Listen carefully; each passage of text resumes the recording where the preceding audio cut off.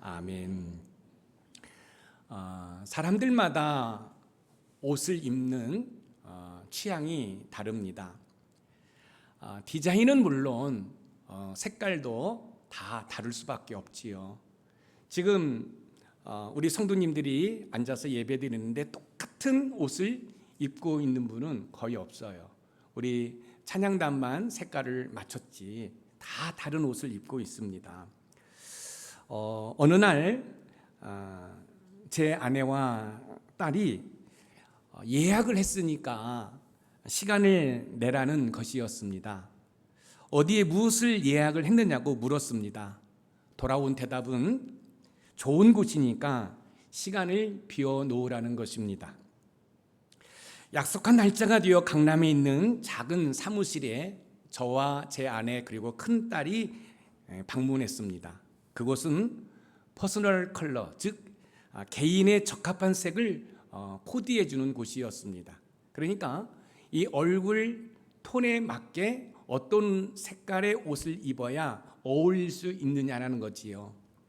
참고로 저는 개인적으로 가을색이 적합하다라는 그런 코디를 받았습니다. 오늘 설교 제목이 흰옷을 입은 성도라서 옷에 대해서 잠깐 언급을 했습니다. 흰옷을 입었다는 것은 무엇을 의미할까요? 세상에서 흰옷은 순수함과 깨끗함 그리고 새로운 시작을 상징합니다. 그러나 성경에서 흰옷은 그 이상의 의미를 담고 있습니다. 오늘 본문에서 흰옷을 입은 성도는 큰 환난에서 나온 자들로 어린 양의 피로 그 옷을 씻어 희게 하였다라고 말씀하고 있습니다.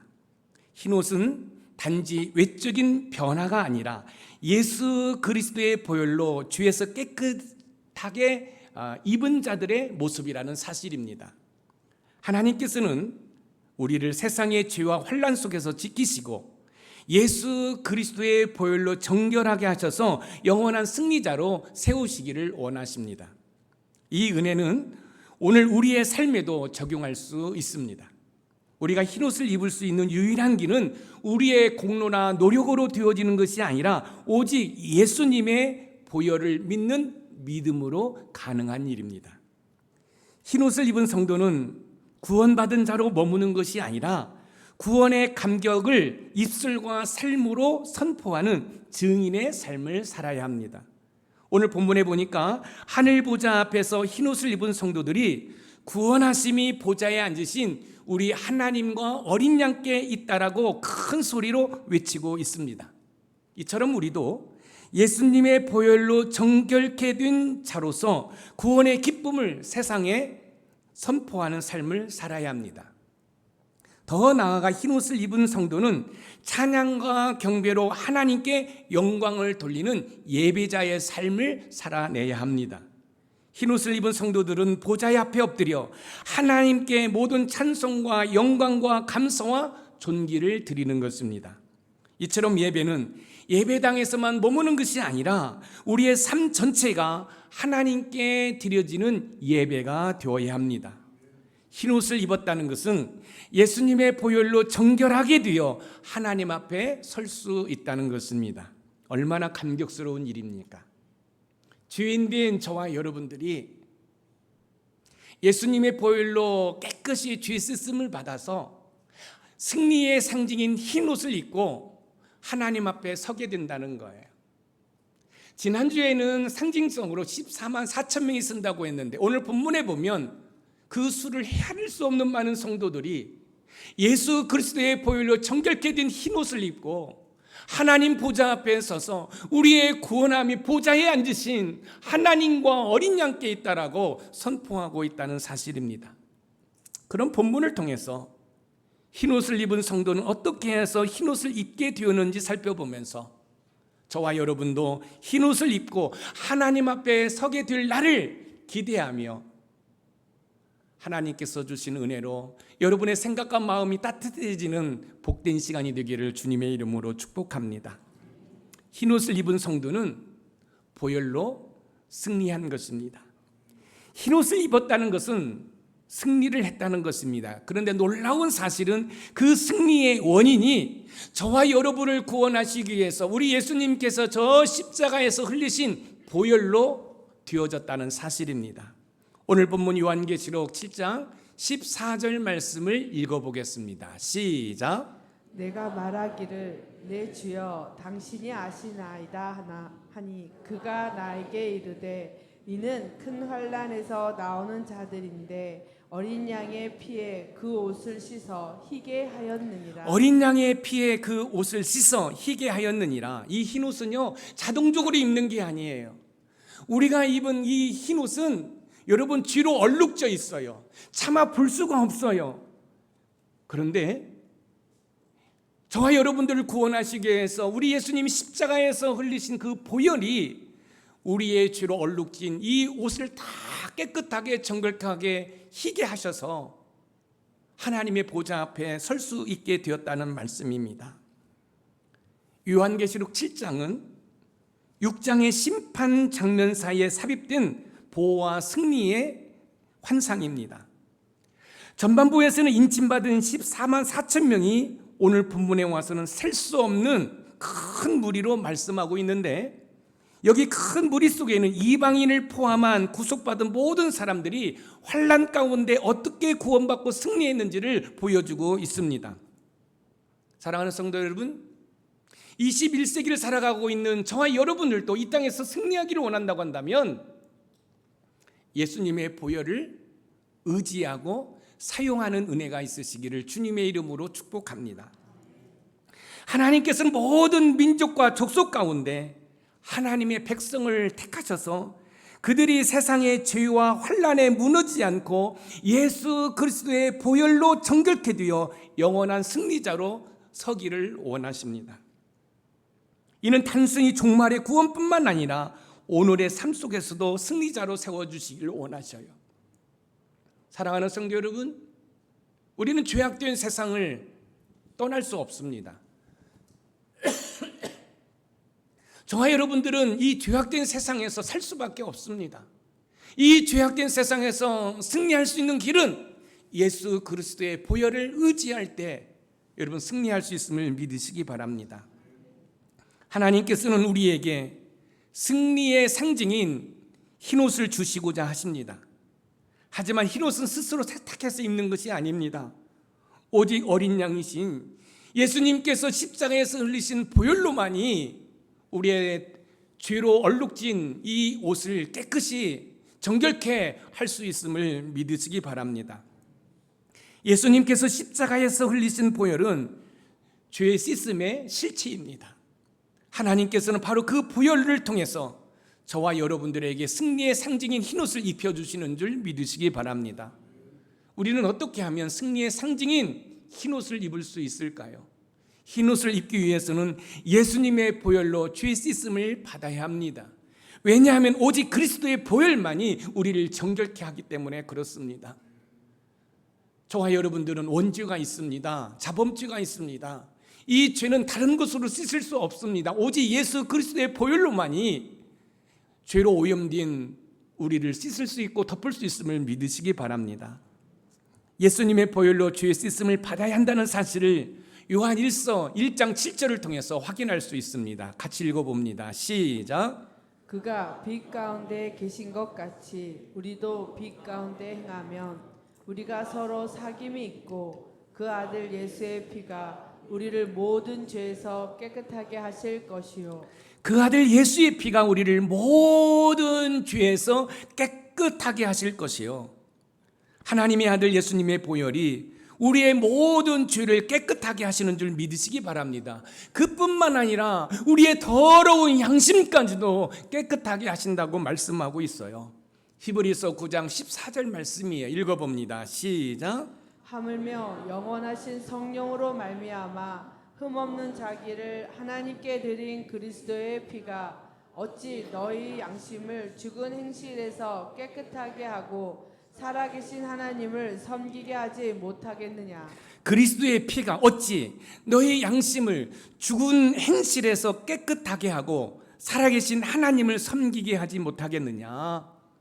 예수님의 보혈은 우리의 죄를 씻기시고 우리 양심을 씻기시고 더 놀라운 것은 우리를 죽음에서 보호하신다라고 말씀하고 있습니다. 출애굽기 12장 13절 말씀을 읽어봅니다. 시작. 내가 애굽 땅을 칠 때에 그 피가 너희가 사는 집에 있어서 너희를 위하여 표적이 될지라. 내가 피를 볼 때에 너희를 넘어가리니 재앙이 너희에게 내려 멸하지 아니하리라. 내가 피를 볼 때에 너희를 넘어가리니 패스오버, 여기서 유월절이 나온 건지요. 재앙이 너희에게 내려 멸하지 아니하리라. 예수님의 보혈은 저와 여러분의 죄뿐만 아니라 우리의 더러워진 양심, 심지어 죽음에서도 우리를 보호해 주시는 줄 믿으시기 바랍니다. 흰옷은 나의 자격으로 입는 것이 아니라 예수님의 보혈로만 입혀지는 은혜의 선물입니다. 그러므로 내 공로와 자격을 내려놓고 전적으로 예수님의 보혈을 의지하는 저와 여러분들이 되시기를 주님의 이름으로 축원드립니다. 승리의 흰옷을 입은 성도들이 살아가기를 원하신다고 한다면 자신의 공로와 의로움을 포기하고 예수님의 보혈을 의지해야 합니다. 왜냐하면 예수님의 보혈만이 하나님 앞에 설 수 있도록 하기 때문에 그렇습니다. 우리 높본산 샘물의 모든 가족들은 예수님의 보혈을 의지하여 승리의 상징인 흰옷을 입고 하나님 앞에 설 수 있는 은혜가 있으시기를 주님의 이름으로 축원드립니다. 먼 훗날 저 천국에서 우리 만날 텐데 최수성 권사님 반가워요. 하정수 권사님 너무 반가워요. 장인자 권사님 너무 반가워요. 그런데 마땅히 있어야 할 사람들이 보이지 않는다고 한다면 그것처럼 안타까운 일이 어디 있겠습니까? 그곳에 흰옷을 입은 사람이 없다고 한다면 그것은 멸망받은 것입니다. 여러분, 지옥에 간 것입니다. 우리 높은산 샘물교회 모든 성도들은 예수 그리스도의 보혈을 의지함으로 말미암아 흰옷을 입고 먼 훗날 하나님의 보좌 앞에 모두 다 설 수 있는 은혜가 있으시기를 주님의 이름으로 축원드립니다. 두 번째, 흰옷을 입은 성도는 구원을 선포해야 합니다. 승리의 흰옷을 입은 성도는 보혈로 승리한 이후에 하나님께서 우리에게 허락하신 구원을 날마다 선포해야 합니다. 오늘 본문 요한계시록 7장 10절 말씀을 읽어보겠습니다. 시작. 큰 소리로 외쳐 이르되 구원하심이 보좌에 앉으신 우리 하나님과 어린 양에게 있도다 하니. 구원하심이 보좌에 앉으신 우리 하나님과 어린 양에게 있도다. 구원이 나의 노력이나 공로로 주어지는 것이 아니라 하나님의 절대 주권과 예수 그리스도의 중보로 인해서 우리가 하나님 보좌 앞에 설 수 있다는 사실을 우리가 알게 됩니다. 그러므로 흰옷을 입은 성도는 보혈로 승리한 이후에 구원이 보좌에 앉으신 우리 하나님과 어린 양께 있더라고 여러분 선포할 수 있는 은혜가 있기를 소망합니다. 구원하심이 보좌에 앉으신 하나님과 어린 양께 있다라는 이 모습은 바로 천상의 예배를 우리에게 보여주고 있는 것입니다.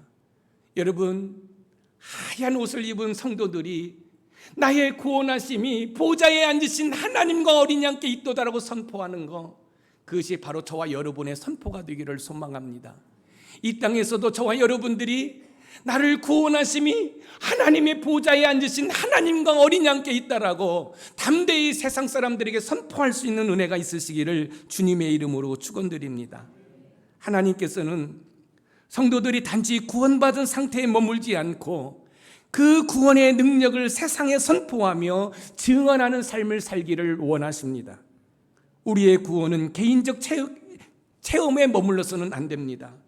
내가 구원받았다는 사실을 많은 사람들에게 고백할 뿐만 아니라 선포해야 됩니다. 왜냐하면 그 선포를 듣고 죽어가는 영혼들이 주께로 돌아와 구원을 받기 때문에 그렇습니다. 여러분, 수가성 여인 기억하시지요? 여러분, 이 수가성 여인, 우리 예수님께서는 이 수가성 여인을 만날 필요가 없습니다. 그런데 이 수가성 여인이 힘들고 고달픈 삶을 산다는 것을 아신 주님께서 이 수가성 여인을 구원하시기 위해서 일부러 이 우물을 찾아오십니다. 여러분, 그거 아시기 바랍니다. 여러분, 다른 종교는 인간의 고행과 노력으로 자신들이 세운 신을 쫓아가지만 만군의 여호와 하나님은 힘들고 고달픈 인생인 저와 여러분들을 찾아와 주시는 줄 믿으시기 바랍니다. 여러분, 이 여인은 삶의 만족을 찾기 위해서 이 모양 저 모양으로 애쓰고 수고했습니다. 근데 이 여인이 선택한 방법이 뭔지 아십니까? 남편을 바꿔보는 것입니다. 이 남편하고 살면 행복하겠지 마음에 들지 않습니다. 저 사람하고 한번 살아보면 내 삶이 바뀌어지겠지. 남편이 5이나 됩니다. 그러나 성경에서 이 5라는 숫자는 고통의 숫자입니다. 이 여인은 너무 고통 가운데 있어요. 혹시 여러분 가운데에도 내가 이것을 하면은 내가 만족함을 누리겠지라고 무엇인가를 계속해서 합니까? 여러분, 세상에서는 만족을 찾을 수 없습니다.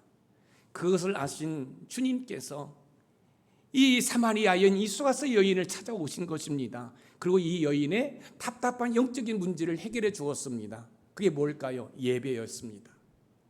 예배를 통해서 삶이 회복됨을 말씀해 주셨습니다. 이 수가성 여인이 예수님을 만난 이후에 자기의 영적인 목마름이 해결되었습니다. 그리고는 물동이를 내버리고 마을로 들어가 예수님을 선포하기 시작했습니다. 구원받은 여인의 모습이지요. 저와 여러분들이 정말로 예수 그리스도의 보혈로 주의 씻음을 받고 구원받았다는 사실을 믿는다고 한다면 가만히 있으면 안 됩니다. 구원을 선포해야 됩니다. 나 구원받았습니다. 나 천국 갑니다.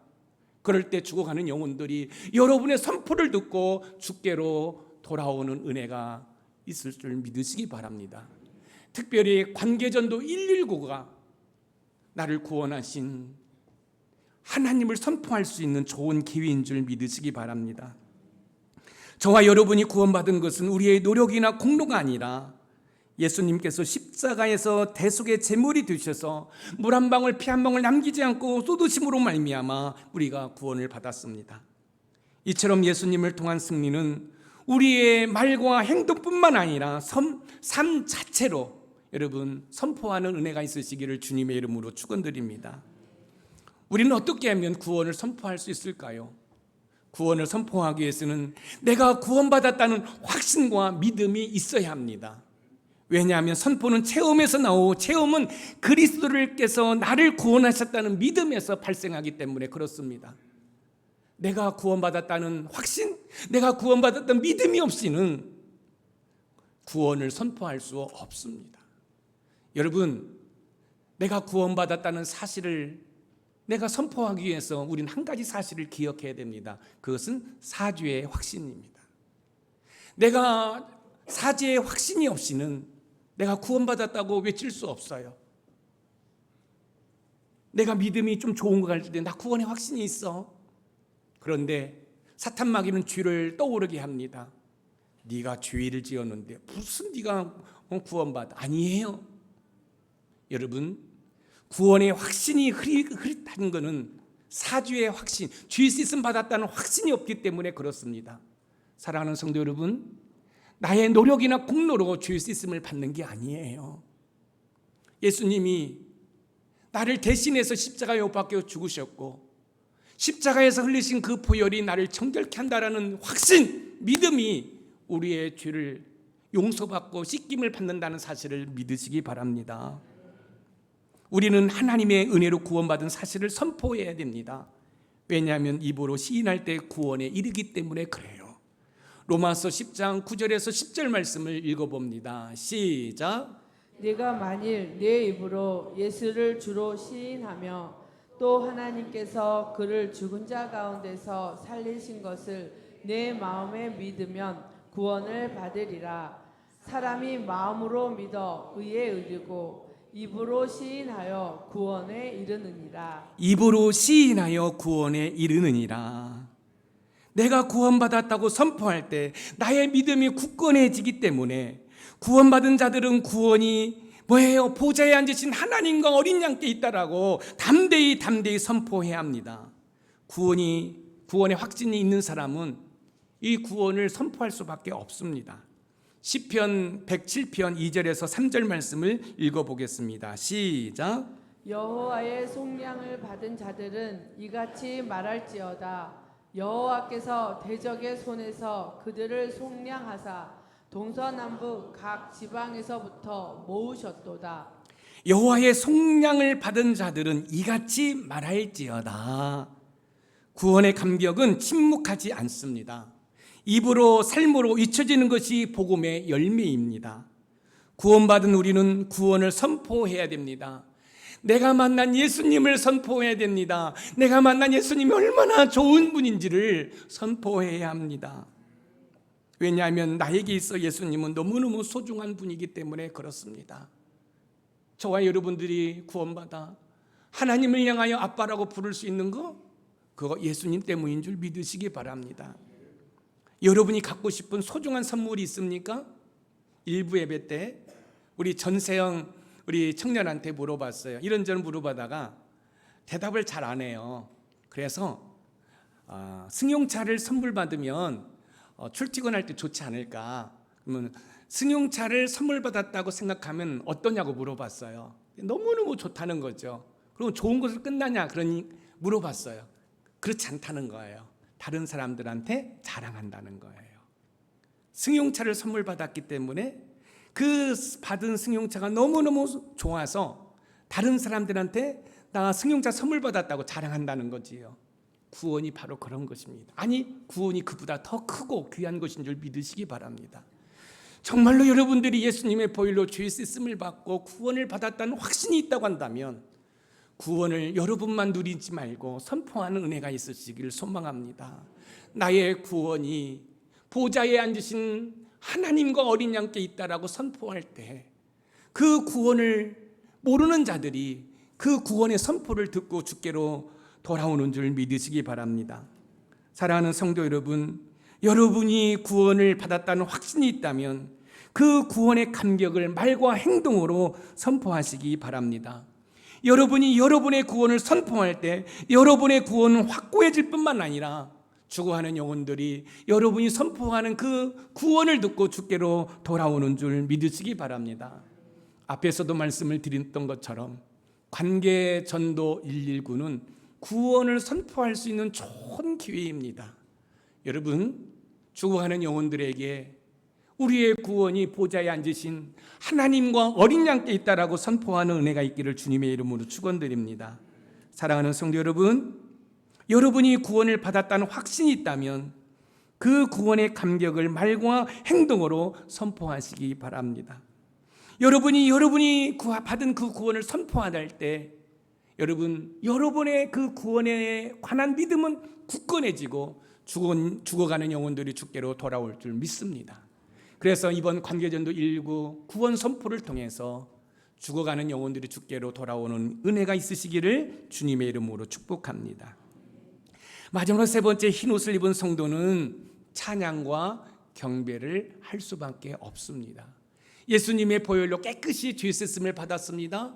그래서 나의 구원이 보좌에 앉으신 하나님과 어린 양께 있다라고 그 앞에 무릎을 꿇고 엎드려 그 하나님께 찬양과 경배를 드릴 수밖에 없습니다.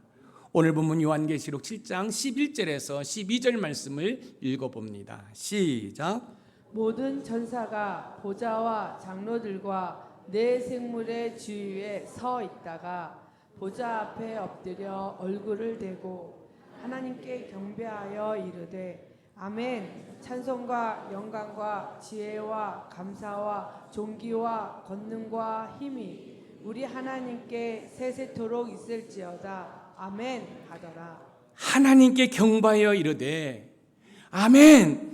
찬송과 영광과 지혜와 감사와 존귀와 권능과 힘이 우리 하나님과 어린 양께 있다라고 지금 고백하고 있어요. 여러분, 이 땅에 살면서 죄로 무더기 같은 더러운 냄새나는 죄의 옷을 입고 삶을 살았는데 어느 날 예수 그리스도를 나의 구주로 영접한 이후에 하나님께서 어린 양의 보혈로 우리의 모든 죄악을 깨끗이 씻어주었습니다. 그래서 우리가 입는 이 영적인 옷은 하얀 옷입니다. 이때 우리는 구원을 선포하죠. 뭐라고 선포합니까? 나의 구원이 물질에 있는 것이 아니라, 나의 구원이 저 세상의 쾌락에 있는 것이 아니라 하나님 보좌 앞에 안에 있는 하나님과 어린 양께 있다라고 선포하죠. 그럴 때 어떻게 선포합니까? 무릎 꿇고 엎드려 찬송과 경배로 여러분 선포합니다. 찬양합니다. 그렇습니다.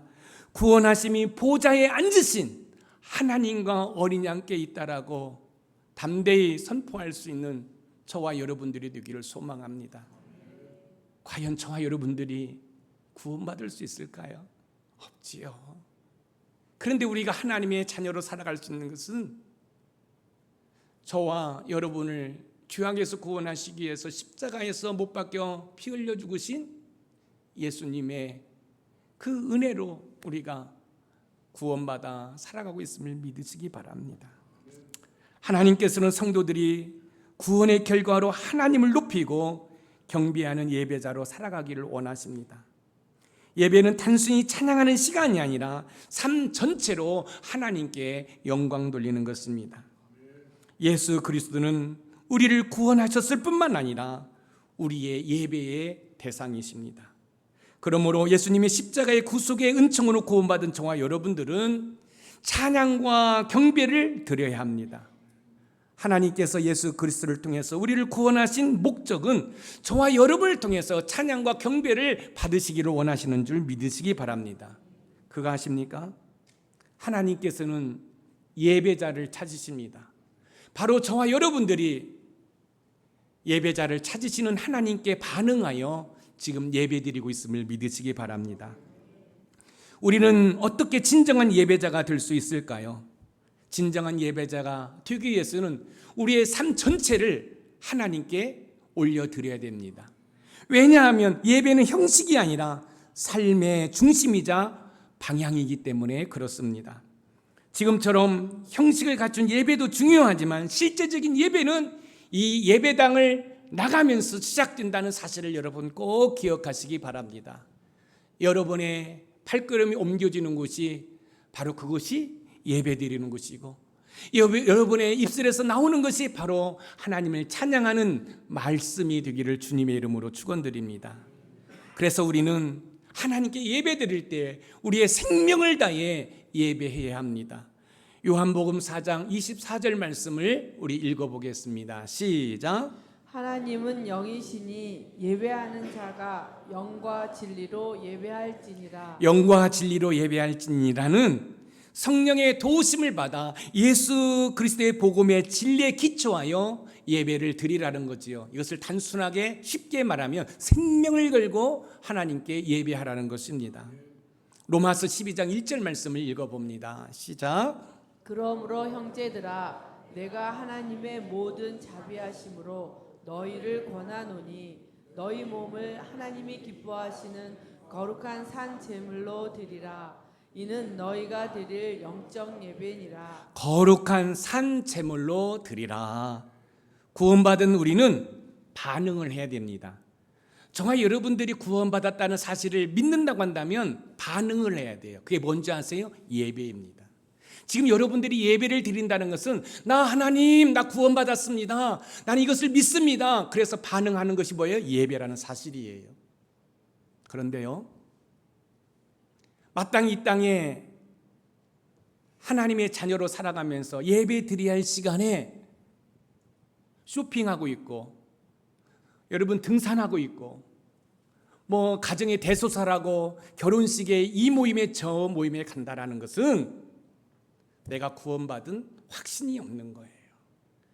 구원받은 자의 반응은 예배입니다. 그래서 제가 서두에 이런 말씀을 드렸습니다. 여러분의 인생에 무엇인가를 해결하려고 한다고 한다면 예배로 승부를 거십시오. 여러분 예배를 통해서 우리가 한 주간 살아갈 수 있는 영적 에너지를 공급받는 거예요. 그래서 그 에너지를 가지고 나의 가정 공동체에서 나의 일터 공동체에서 여러분 힘을 쓰며 삶을 살아내는 줄 믿으시기 바랍니다. 사랑하는 성도 여러분, 구원받은 자의 반응은 예배입니다. 거룩한 산 제물로 드리라는 것은 우리의 몸과 삶 전체를 하나님께 드리라는 것입니다. 의식을 갖춘 주일 예배를 통한 한 주간에 살아갈 수 있는 영적 에너지를 공급받아서 여러분 승리하는 거지요. 이것이 삶의 예배인 거예요. 그래서 내 발걸음이 옮겨지는 곳에 내가 말하는 그 모든 것이 예배가 된다고 한다면 여러분, 우리의 삶의 질은 달라질 수밖에 없습니다.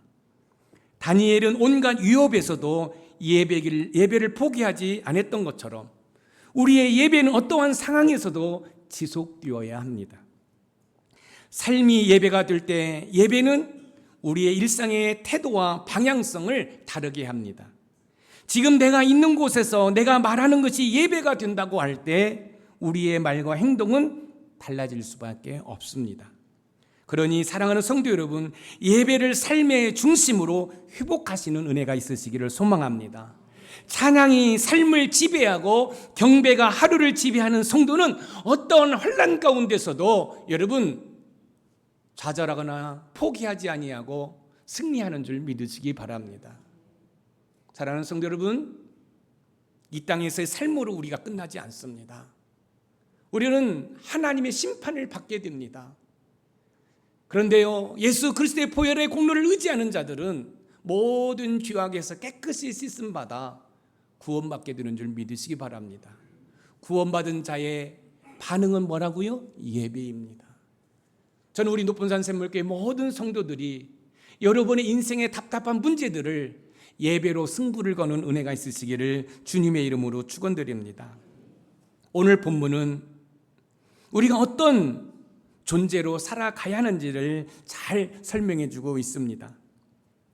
흰옷을 입은 성도는 예수 그리스도의 보혈로 정결하게 된 자로서 구원의 감격을 입술과 삶으로 선포하는 자이며 하나님께 삶으로 예배를 드리는 자입니다.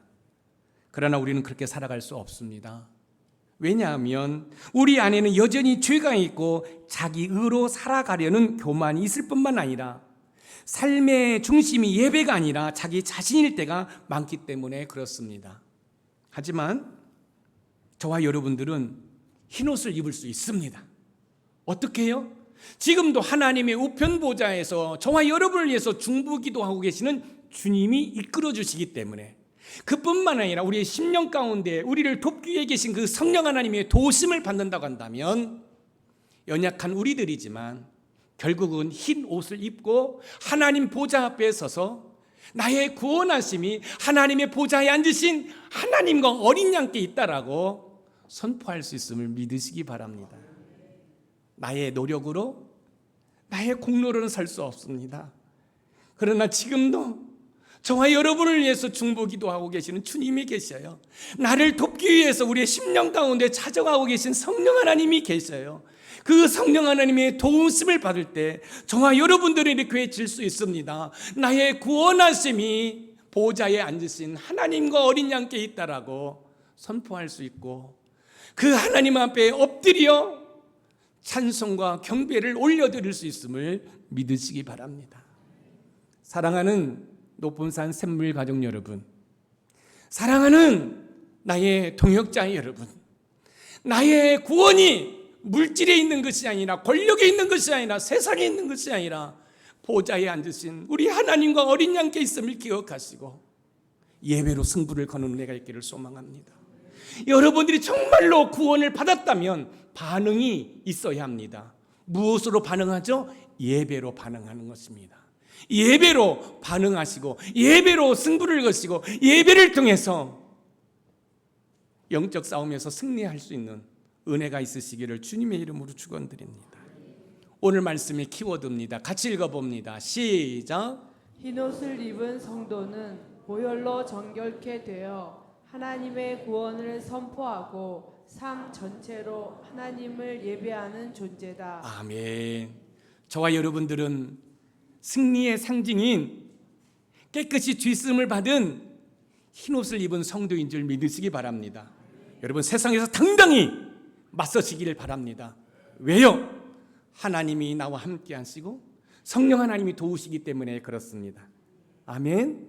그래서 이번 한 주간도 하나님께서 주시는 은혜로 말미암아 영적 싸움에서 승리해 하나님께 영광 돌리는 우리 높은산 샘물교회 모든 성도들이 되기를 소망합니다.